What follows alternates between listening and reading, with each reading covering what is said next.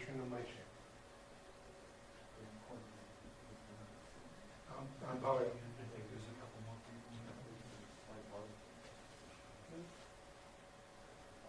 I don't think you're gonna.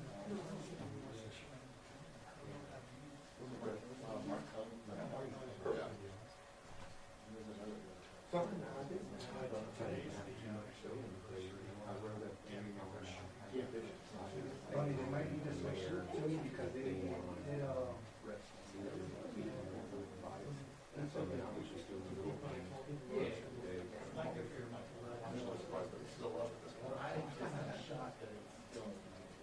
yeah. Every time I hit send, Yeah, he told me, he was like, when I check in this, that they may not really want to do anything more. I'll have the story on, but, you know, nothing I remember was. Yeah.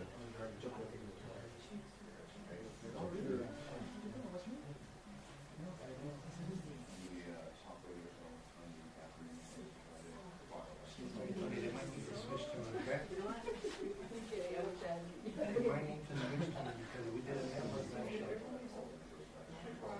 Yeah, I got it.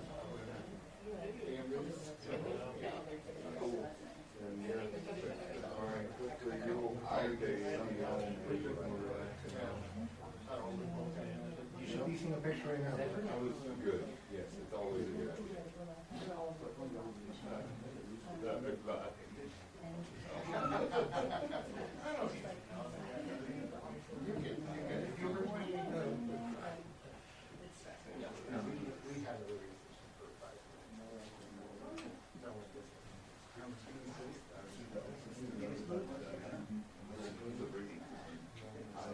Monday. Monday.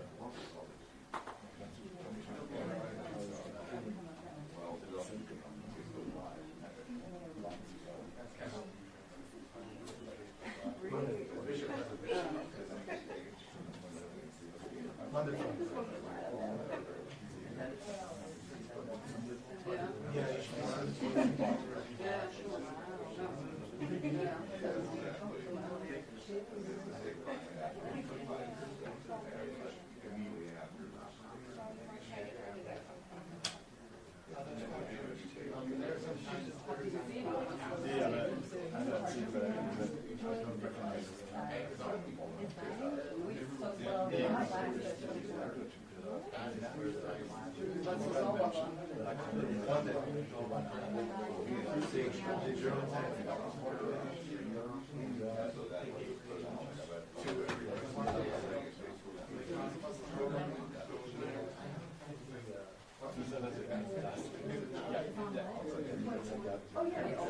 my check.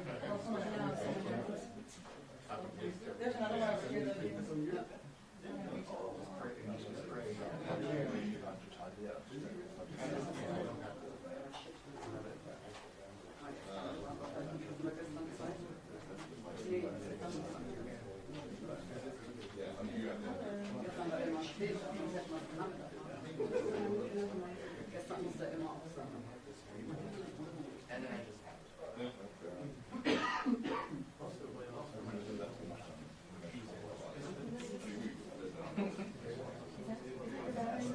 Which one? I don't think so, but maybe. Looks like it's the only one that couldn't have his camera.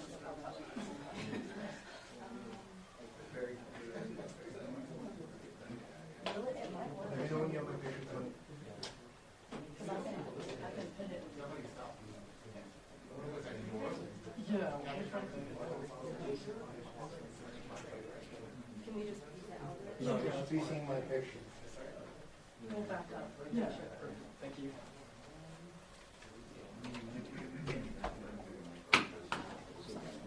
So just be back. Go to channel 2, we can't, we need to go to channel 2. Or do you want the live net outside? Whichever. As long as it, whichever makes it less in the light. Did you already call immediately? Yeah, I did.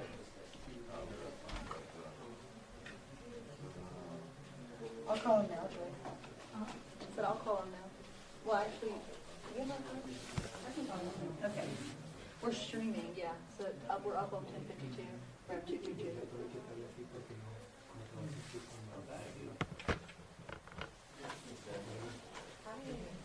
Hi, I was trying to see if you guys can roll on our side on 222.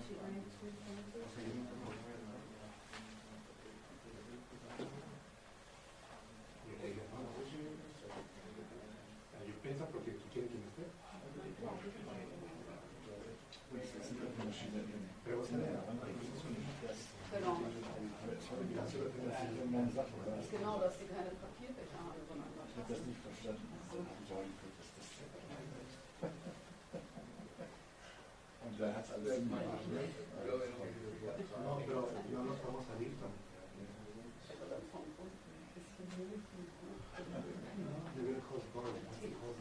Hi everyone, thank you again for joining us. I just wanted to let you all know that the Congresswoman and the rest of the speakers are walking on their way up.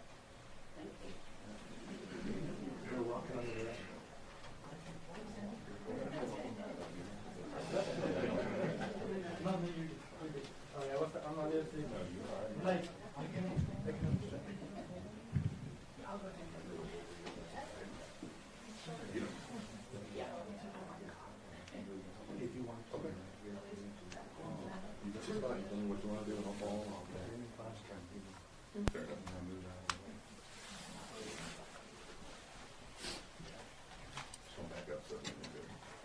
Okay, you want?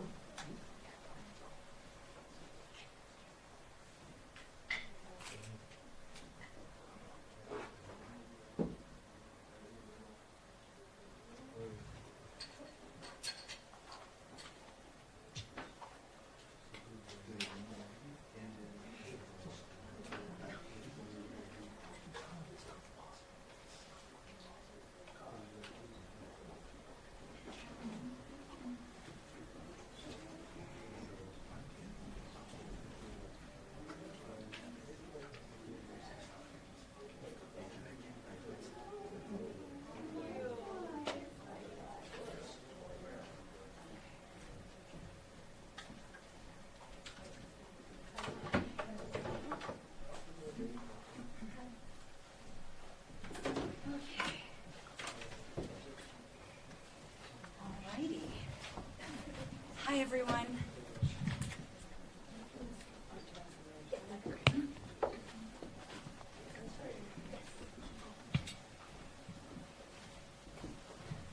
Okay, Mayor. Okay. All right, well, we're going to go ahead and get started. We are waiting on two more speakers, the county judge and the bishop. There was, as you all know, it took a while for the motorcade to pass, so that's why we're running a little bit late, so our apologies.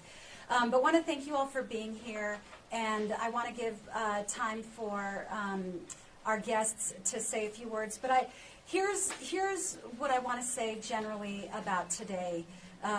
First, I am so incredibly grateful to President Biden and Secretary Mayorkas and their teams for coming to El Paso and talking to people who are doing the work on the ground every single day. It was a very productive visit. On Air Force One, my colleagues, both Vicente Gonzalez and Henry Cuellar, who had to catch a flight, so he couldn't be here with us, we had a great conversation with the president about solutions, ways to work together going forward, kind of what's been done to this point and the challenges that we have ahead, as well as the opportunities. One of the things that I think is really important, we have guests from Brownsville here with us. While El Paso is right now at the epicenter of, or was really for some time at the epicenter of, pretty significant flow of migration, this has impacted other border communities. Really, that is a significant reason why it was important to have Congressman Cuellar and Vicente Gonzalez with us as well, and why it was great to have folks from Brownsville with us as well. what we have seen, and those of you who Turn left have onto East Mills Avenue. lived Turn in El right Paso onto for North some Kansas time, you all know that since 2014, really, we have been Street. In a seeing, quarter mile, turn left onto in case you need directions for how to get here, you are here.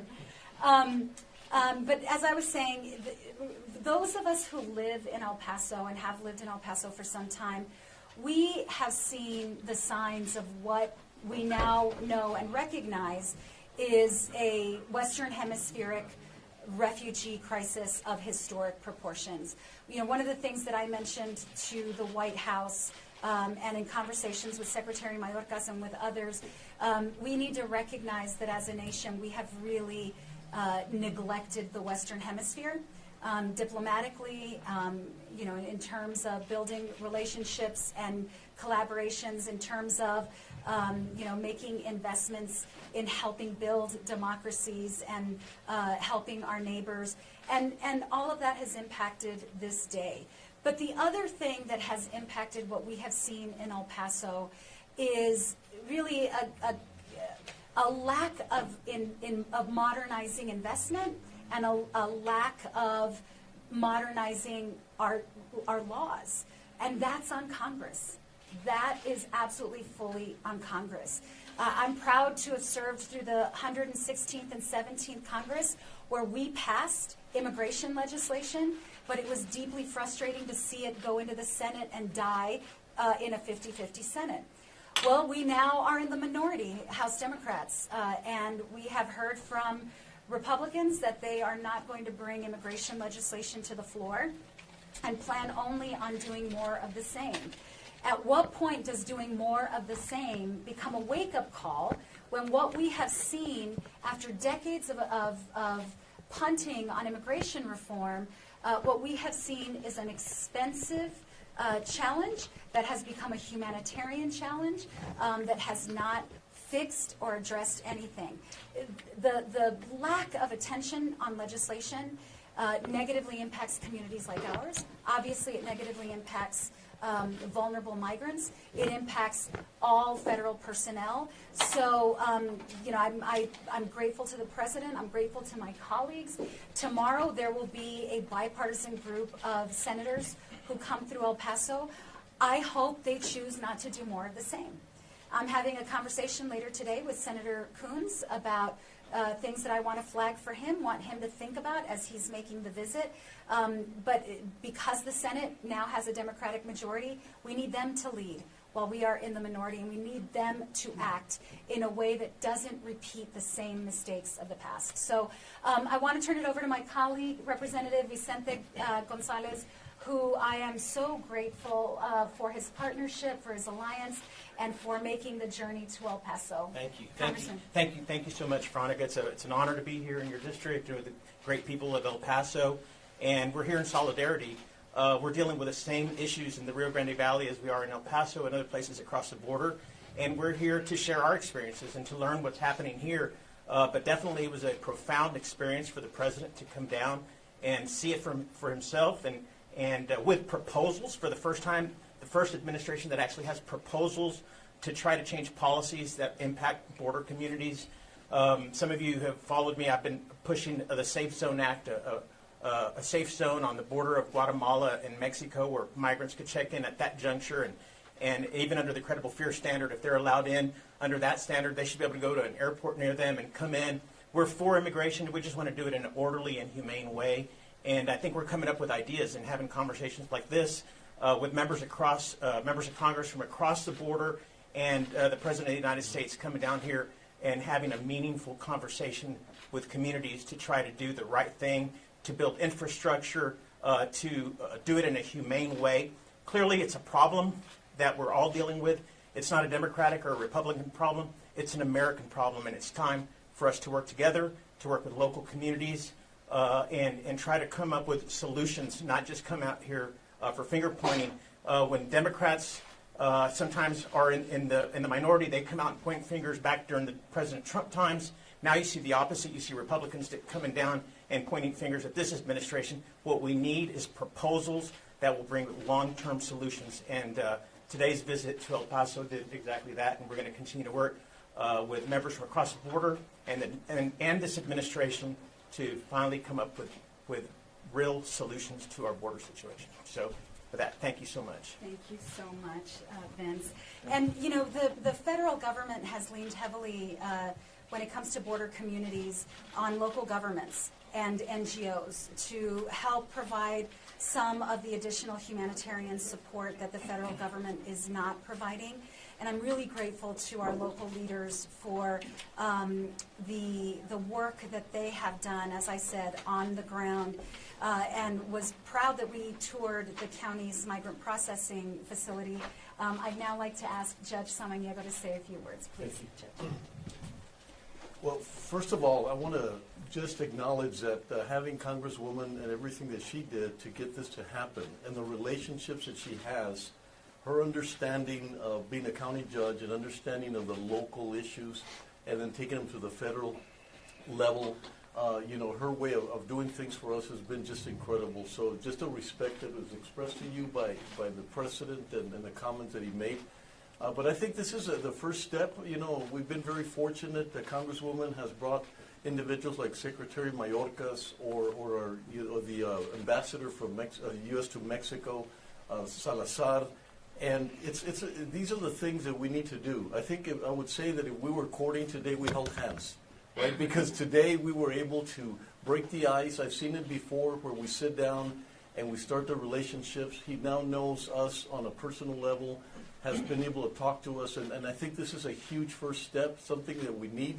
We're democratic, mostly democratic here. I know we talk about a bipartisan, but I really focus a lot on the humanitarian effort, and I think today was a way to express how we are as a community and the kinds of things that we want to see. We want to see an alignment, not only with our community leaders, that's almost a given, but I want to see an alignment with Border Patrol, DPS, that they understand that we're going to look at this from a humanitarian perspective. And I've seen, you know, a lot of pushback from the NGOs about some of the things that are happening out there. We're going to make sure that that they understand that our alignment is humanitarian. We do it in the best possible way, and it's, you know, we can't control who comes over, but we can control how we manage and how we handle situations. You have to remember that a lot of these individuals and migrants that are coming in will eventually be citizens, residents, and we want them to have the best understanding and the best treatment so that they feel good about being in the United States. So very fortunate, very privileged to be here with individuals, Mr. Gonzalez and the mayor and everyone else, of course, Congresswoman Escobar, and everybody that met here. Very, very privileged. I think it's a very giant first step. A lot of things we have to go forward. We're going to give a lot of information to Congresswoman because of her relationships of things that we think we need here at our community. So once again, quite a privilege. Great first step. Thank you, Congresswoman. Thank you, Judge. Thank you. And I, you know, speaking of relationships, the judge and the mayor have been such great partners. You know, our community, El Paso, has a history of coming together in times of great challenge and meeting those challenges with dignity, with humanity, and with goodwill. And I am very, very grateful to the judge and the mayor for exemplifying that. And Mayor, I want to give you the floor as well. You've been also just such a great partner. Very grateful that you were able to also make time to spend today with the president and with us. Thank you, Congresswoman. And you know, I think it was really important. People were talking about that it was about time the president came down. But you know, the president knows what's going on in El Paso. It's not, you know, you come down and all of a sudden you realize what's going on. He actually knew what was going on and what our challenges are and what they've been. So, but it's true. Once you see it with your eyes, it's a little bit different. But and why he hadn't come before, it's never too late, to be honest with you. And you know, we've had a lot of challenges, and I believe it's still a lot of challenges ahead of us. But what I did, and it was really important that over the last months, I've been taking pictures. I go out, whether 4 in the morning or 11 o'clock at night. Sometimes I go at 1 in the morning, and I go to the airport. I go downtown. I get out, and I take pictures with my cell phone, and I go to the border, and I walk down the levee, and I take pictures. And this is what I've seen in the last few months with my eyes. And I wanted the president to see what I've been looking at with my eyes. And there's something he couldn't see in a day, because I've been looking at this for months. And I presented him a book, and I had the opportunity to go through that book and show them these pictures of people sleeping at the airport, people sleeping in the streets of downtown El Paso, people coming across the river or lining up at the river. So these are things that you can't see in a visit, but this is something that I've seen in months that was really important. I had the opportunity to sit down, and we broke away in a room for a little while and had this conversation and talked about some of the needs that our community needs. So I'm thankful that he came to look, but again, I'm really thankful that he sat there and gave me that opportunity so I can explain and show him what I've seen with my eyes, and he could see that also. So it was important, and we went down to the river and kind of talked, and he talked to the Border Patrol and asked what their needs are and what their wants are. And he knew the answer before he asked the question, to be honest with you, because when someone said, he goes, oh, well, that's what I'm doing, that's what I'm working on. So like I said, coming here was really to unite and work together. But I can guarantee you, after meeting with him today and talking to him, he knew exactly what was going on in our community, and he wanted to come look at it through our eyes, and I'm very thankful for that. So thank you for being here, and I look forward really to continuing that dialogue with Secretary Mayorkas. You know, when you talk about what's going on, he said the other day that he's been here since he's been in office over 20 times in the southwestern border. So that's how our president knows that his administration is really doing the job that needs to be done. Now, do we have a broken system? Absolutely. Do we need to fix the system? Yes. And that's something that we need to work, but we need to work at together. And that's not just the United States. And going to Mexico and talking to Canada and surrounding areas, that's how we're going to start doing it, because it's a worldwide problem that we can't just fix here, and it's not going to be fixed overnight. You know, people think that he came today and it's going to be fixed, and tomorrow morning it'll be fine. It's not. It's going to take some teamwork, and it's something but we need to start working on it, because it's a working immigration process, and the money we get helps us continue to treat people, like the Congressman said, in a humane way, and treat people with respect. But again, it's only a Band-Aid on something that we need to fix, and we can continue to give money, and we'll need that money. But at the end of the day, we need to rip that Band-Aid and take care of the real problem, and that's a broken system. So I thank him for being here, and I had a great conversation. Thank you for bringing him here. And I really believe that today is the first day of that we'll be able to move forward and hopefully fix a problem that's been long before a lot of us even thought of being in public office. So thank you, and may God bless everyone. Thank you, Mayor. And you all know that a key component, not just local governments, but also our NGOs and our faith-based community. Ruben Garcia of Annunciation House was also at one of our meetings and was able to speak with President Biden. But, you know, I will tell you, in many of my conversations when we've needed to talk through shelter or conversations with the migrant population to make sure that they understand what's happening, I've been able to lean on the bishop. And I am very grateful for the leadership of the diocese and the compassion that they have shown throughout all of this. And Bishop, I would love for you to say a few words about today's visit. Thank you. Thank you very much, Congresswoman. Good afternoon, everyone. So it's been quite an amazing day in my life. I certainly never expected, when I became a religious leader, finding myself in the car with the president, and it was quite an honor and opportunity just to get to know him a little bit. We had an opportunity then at the end of his visit to speak with him, Sister Norma and Ruben Garcia and myself.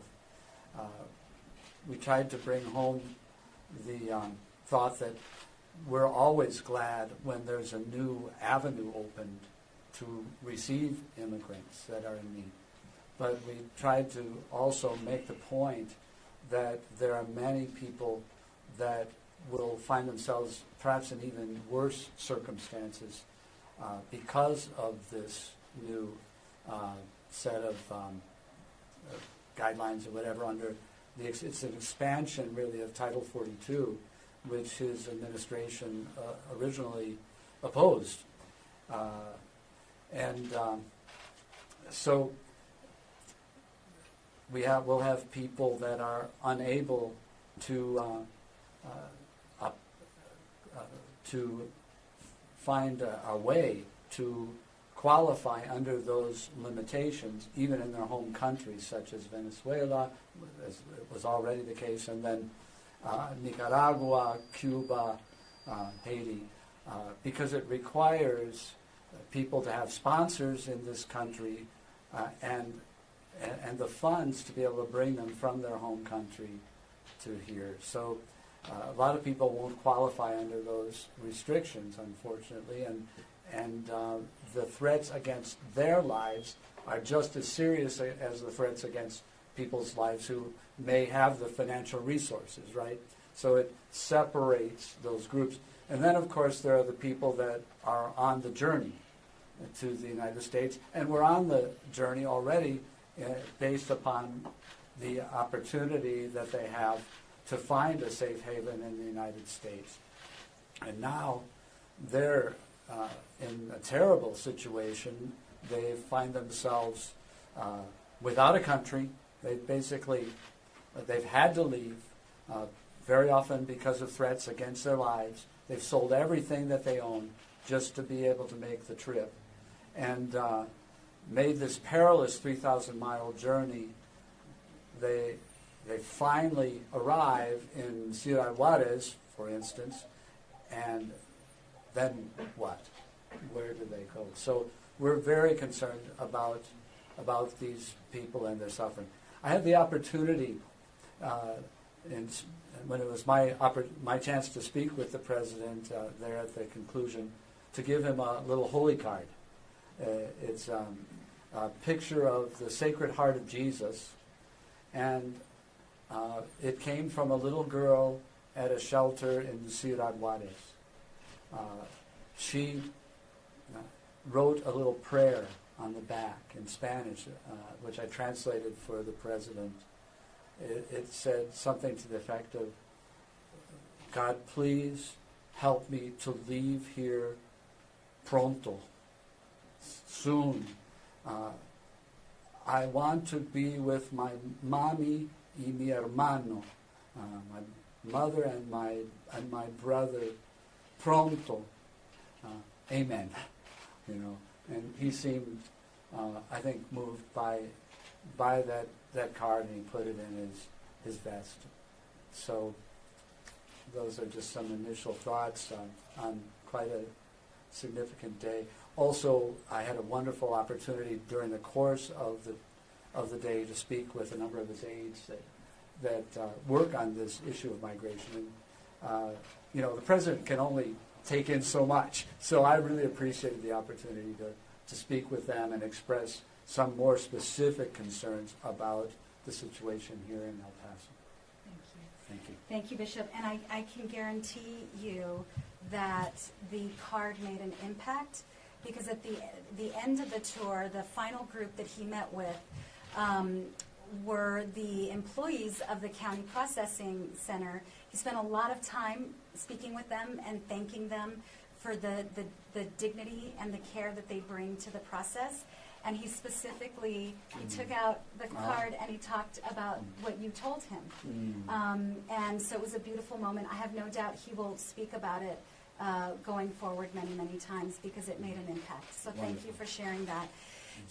Before I introduce our next guest, I have to tell you, the part of this is not just making sure that the president can talk to people who are doing the work on the ground directly, because as Mayor Leeser mentioned, the president gets briefings daily about what's happening, sees photos, sees videos.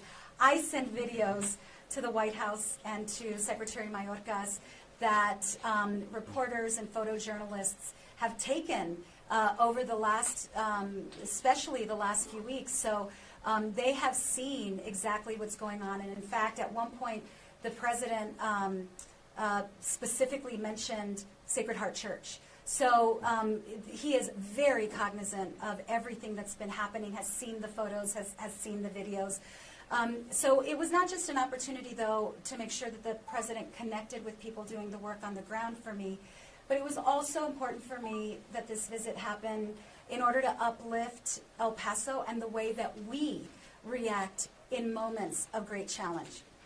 I am very proud of how El Paso and other border communities engage with the federal government, the way that communities come forward with solutions and ideas, and most importantly, the goodwill that we show every human being that we come into contact with, because that truly is a model for the rest of the nation. And in that spirit, Sister Norma Pimentel of the Rio Grande Valley is another faith-based leader who demonstrates the way that we can and should address moments of great challenge and moments of crisis. And so, Sister Norma, I would love to give you the floor for a couple minutes so that you too, thank you for making the journey to my community. Thank you, Congresswoman. To our community. Thank you so much for the invitation, for being here, and for joining you in this very special time. I'm very thankful for the opportunity to thank the President for coming to our border. And it's been something that was so important that he did come, and he did come. So I'm very pleased that I'm able to be part of this and to really represent the many, many people like myself and others who throughout the border have really stepped up and come together as a community, because the things that happen in our community only happens if we all come together to try to address what is occurring. Because one of the things that we as church, especially people of faith, want to make sure not to ever lose sight of is the fact that they're people, they're human beings, their families, their children, and we cannot lose sight of that. We need to create policies that will help us deal with what is happening, but without the fact that they're people. And we, as a community, we must always take part of that, and we can do that. We can come together with the city governments, with the Border Patrol, and with other faith-based communities, and then all of us together, we make sure that these people are respected. And I really appreciate our leaders here from El Paso, how they have stepped up and said, we cannot do this without being respectful and humanely. You know, and I'm so appreciative of that, because I think that is who we are, all of us who are people of faith. And so I thank the President for being here at the border. I hope this is not his only visit, but he continued to come. I invited him to come to the border, you know, because I think Mayor Mendez and myself are very happy that we were able to be here, because we also want him to come visit over there and actually see that face of that child and that mother, because we get to see it. And it moves us to say, how can I help you? So I hope that this is the beginning of further actions that help us to address what is really the answer of how to make sure our country's safe and how people are safe as well. Thank you so much. Thank you so much. And in closing, we have one final speaker, and then I'm happy to do Spanish, and we can actually do that separately for those of us who can address the Spanish language stations. We'll do some Q&A as well. But you know, one of the other things that I mentioned to the President was, obviously the border is not just about migration or immigration. The border, we represent a key asset to our national economy. We are a corridor for trade and commerce that is critical, and our ports of entry are critical. And as you all know, one of the stops on the tour was the port of entry. In order to see how our OFO officers, you know, try to spot fentanyl, which, as we all know, does not come in the backpacks of poor migrants, but comes through our ports of entry in vehicles, and frequently vehicles driven by American citizens. So he wanted to see, you know, how OFO processes, and he wanted to see the technology firsthand. But in my conversations with him, I talked to him about why our ports of entry are so key. He knows it backward and forward. We are going to be able to tap into $600 million of the bipartisan infrastructure law, which we proudly voted for. I know Representative Gonzalez is getting some of that port money as well. And flagged for him in his conversations with Mexico, we need them working hand in glove with us where we're making those investments so that we have great ports of entry, entries on both sides. We also had a small group of business leaders there, including Andrea Hutchins, who leads the El Paso Chamber of Commerce, to talk about the opportunities when it comes to El Paso and our ports of entry. And so, Andrea, I'd like to turn it over to you. Well, and thank you, Congresswoman Escobar, for allowing the business community to be involved in such an important conversation. One of the things that you have continued to do to get some of these investments that you just spoke of to our ports of entry, that's really just kind of the starting point of things, and I hope that the President was able to see that today. As the Congresswoman mentioned, we are a border community, and that really does make us the gateway to the American dream. We have so many opportunities, not only for those who are currently in El Paso, for those small businesses, for those immigrant entrepreneurs, but we also have a lot of opportunity for those companies that are nearshoring and onshoring. Very recently the Chamber had the opportunity to travel to Chihuahua, Mexico, and meet with some of the local leaders there. And a lot of their concerns are the same as our concerns. They are concerned about border infrastructure. They are concerned about trade. And ultimately, they are also concerned with workforce. And so that is also one of the other key components that I want to make sure that we address on behalf of the business community today, and that is how incredibly important the migrant community is for our workforce, not just in El Paso, but across the country. As many of you are probably aware, we had 13 states in the United States in 2020 that had declining populations. Just last week, the state of Colorado came out with information saying that there is 2 job openings for every 1 individual. So while in El Paso, we welcome the migrant community and we welcome them to our employers and to our workforce, this is something that really is impacting our entire country. And when we look at the companies that are clamoring for workforce and the states that are clamoring to compete, frankly, with one another to try and get the necessary workforce to keep our companies open, to keep our farms operational, this really is something that our entire country needs to address economically. So thank you for having us. Thank you so much.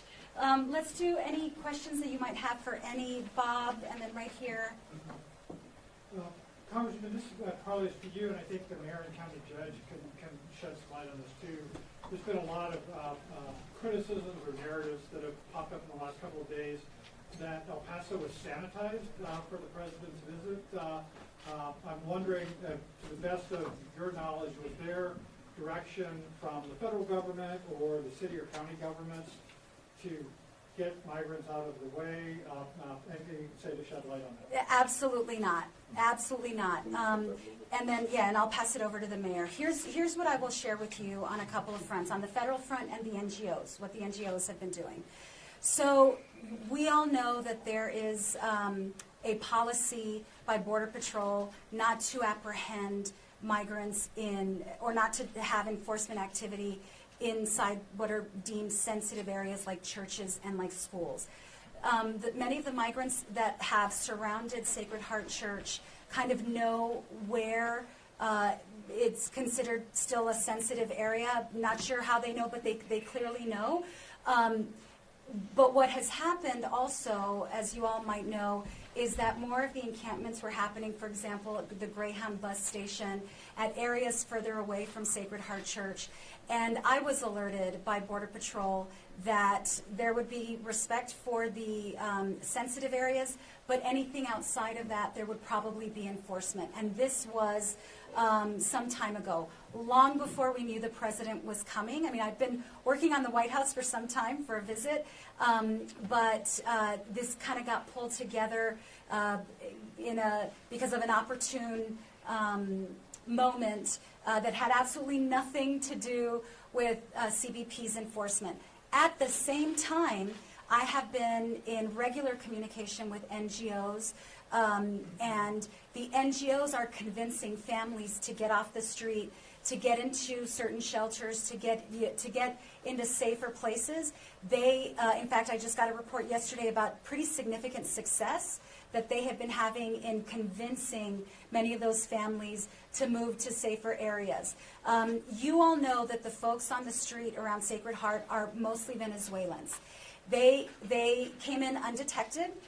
They are afraid of going to shelters because they believe and they feel fear that there will be an enforcement action if they go to a shelter, which is why even on like leading up to Christmas Eve, I called the bishop and I said, Bishop, would you please go downtown and convince them to get on the bus and go to the shelters that are available for them, because there was shelter available. And I think the bishop can tell you he was unable to convince them. Well, over time, the NGOs have had success, and so I've spoken with 2 NGOs that have worked on that. And again, as of yesterday, they said, you know, they've moved between 100 and 200 people, if not more, just by building those relationships, building that trust. So it's those 2 things that have been happening in tandem, completely unrelated to the president's visit.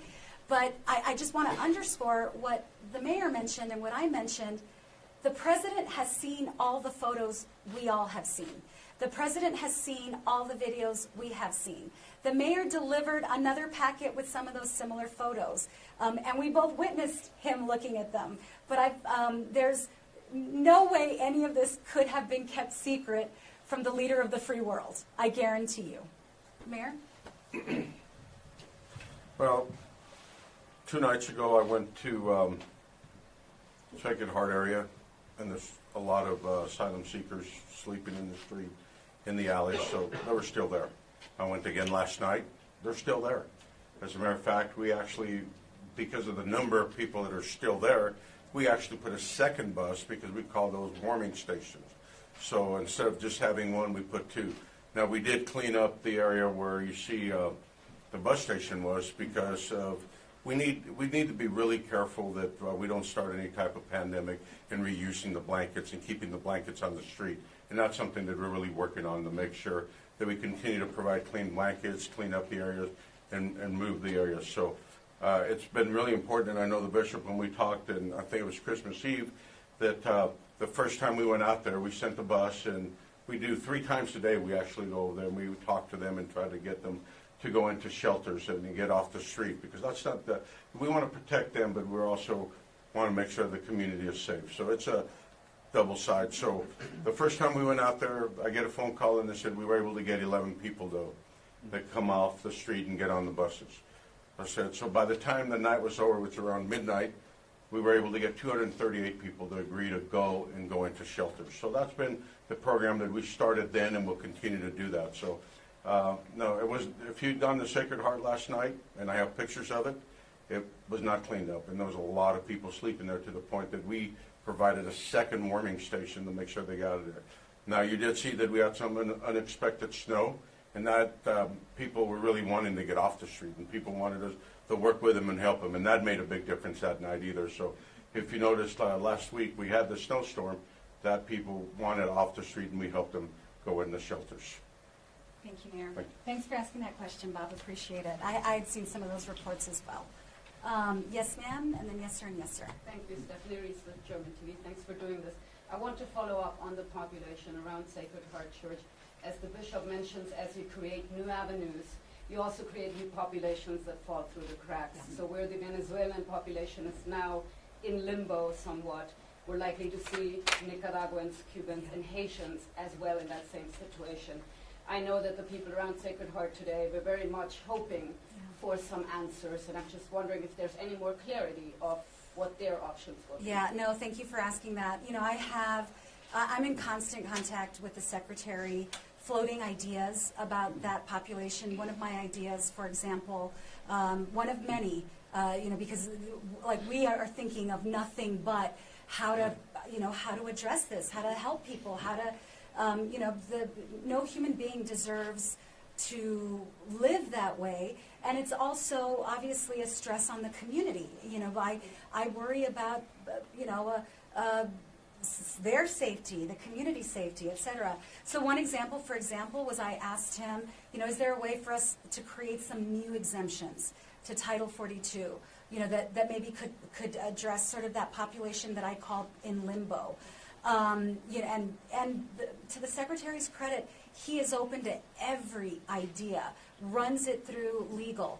Some of the challenges that the administration is facing right now, come directly as a result from the Louisiana judge's order, the court order. So there are, as you all know, various states have filed lawsuits around Title 42, so there are some real guardrails around what they can and cannot do. That will not be resolved until June, probably, sometime this summer. But I spoke with the secretary on the flight over. There's still other things that they're thinking through. But I do want you to know that this is not just on the radar of the administration. Not only does the president know about this population, he was able to articulate where they are, but his staff, his team, they are thinking through within what legal parameters, what they can do, and what they cannot do. And unfortunately, there's not a whole lot of options. Yet again, an example of why Congress needs to legislate. Thank you. Yes, sir, and then yes, sir. Representative Greg Abbott made the trip this morning. I'm wondering, I can't read lips, but I'm wondering, it looked at body language. Is that all telling you had a conversation with him? Can you share with Yeah, no, I'm glad to. I shared it with El Paso Matters earlier. When we arrived, Governor Abbott was nice as could be to the president and welcomed him to the state, thanked him for coming, said he wanted to work together, and handed him the letter and said there are some solutions in this letter. When it was my turn to shake the governor's hands, I said, Governor, welcome to my community. I'm so glad you're here to greet our president. I appreciate you saying that you want to work together, and I would like for us to work together. And in that vein, I would ask that as a Texan, that you utilize our resources in a way that is appropriate. The city of El Paso declared an emergency, asked for very specific resources, wanted emergency shelter help. There was a list of things that we needed, and instead we see Operation Lone Star. And so that was the context for me saying that to him. And he said, well, all of these people, are coming in illegally. They need to go through the ports. And I said, well, Governor, as you know, because of Title 42, they are being expelled. And so they're looking for any other possible avenue in which to apply for asylum. And then he said, well, they need to do it the legal way. And I said, well, that's exactly what the president is working on, creating new legal pathways. But my colleagues and I need help. So if you want to help, you have allies and friends in Congress who are Republicans. They are an impediment to creating legal pathways. You can help us by telling them that we need legal pathways. And then he said, well, you know full well that when they come between ports, that's illegal. And I said, and you, sir, know that asking for asylum is legal. And then I moved on. You feel like the governor, since the declaration, has been heavy-handed, right? I don't think he has been helpful in the way that the community needed. That's not a question. Local government knows far better whether how helpful he has or has not been. My view is if I'm the governor, which I'm not, of a state, and I see a community in crisis, as we were, I'm going to do everything I can to help that community in crisis, not use that community as a vehicle for political posturing. Do you believe today was political posturing for him then? I think he flew down here because he's planning on running for president, and while on the surface was very kind to the president, he has, something written that he can fundraise off of. Yes, sir. I was wondering if you could elaborate a bit more on the points you're going to speak with Senator Coons about, and just your general message for the bipartisan delegation of senators that are coming down here tomorrow. Absolutely. And Senator Coons is a friend, and he's amazing, and I'm so grateful that he's making the journey. What we, and I said this to the president, this is a Western Hemispheric challenge. It's a crisis for the hemisphere. And our refugee policies do not reflect the Western Hemisphere. Our asylum laws are not reflective of the Western Hemisphere. We have engaged all across the globe with personnel, with funding, with policy, and for decades we've neglected our own hemisphere. And so the president is engaging. He hosted the Summit of the Americas. We're coming up on a 1-year anniversary, and I'm really encouraged by some of the progress. But that's long-term. That should have happened a long time ago by prior presidents.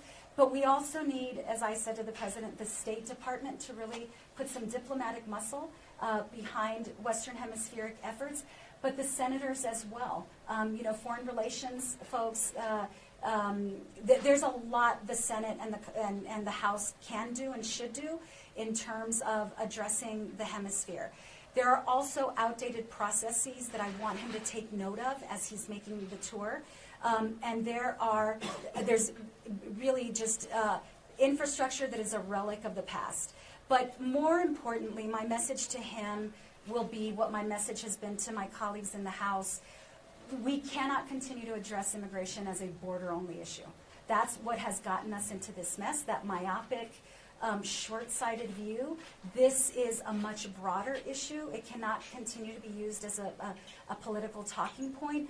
We have to address this. The way that we're addressing it today is so hugely expensive.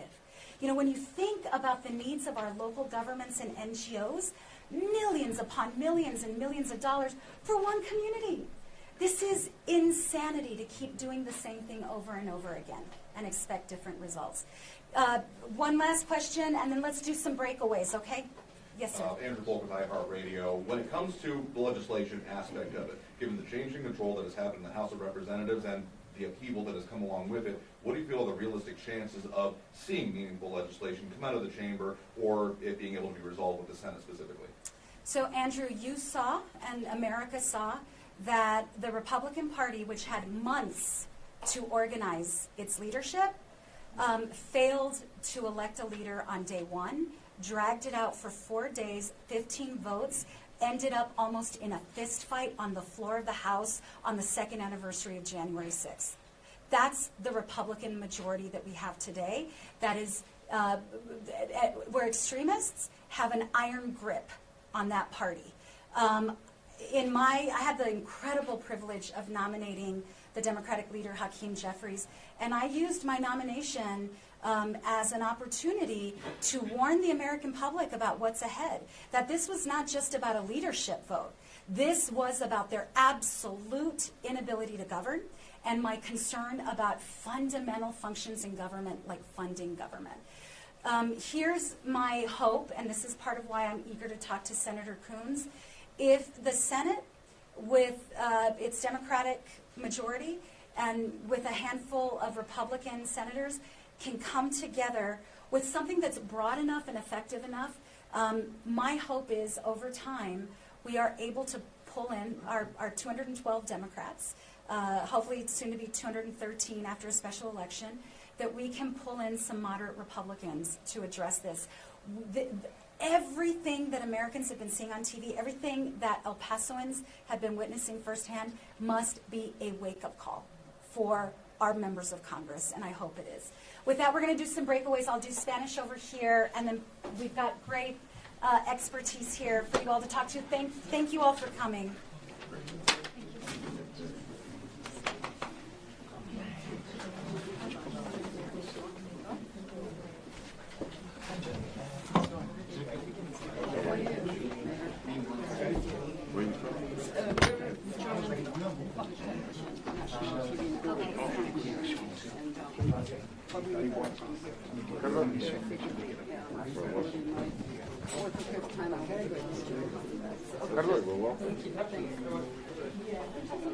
¿Qué está haciendo?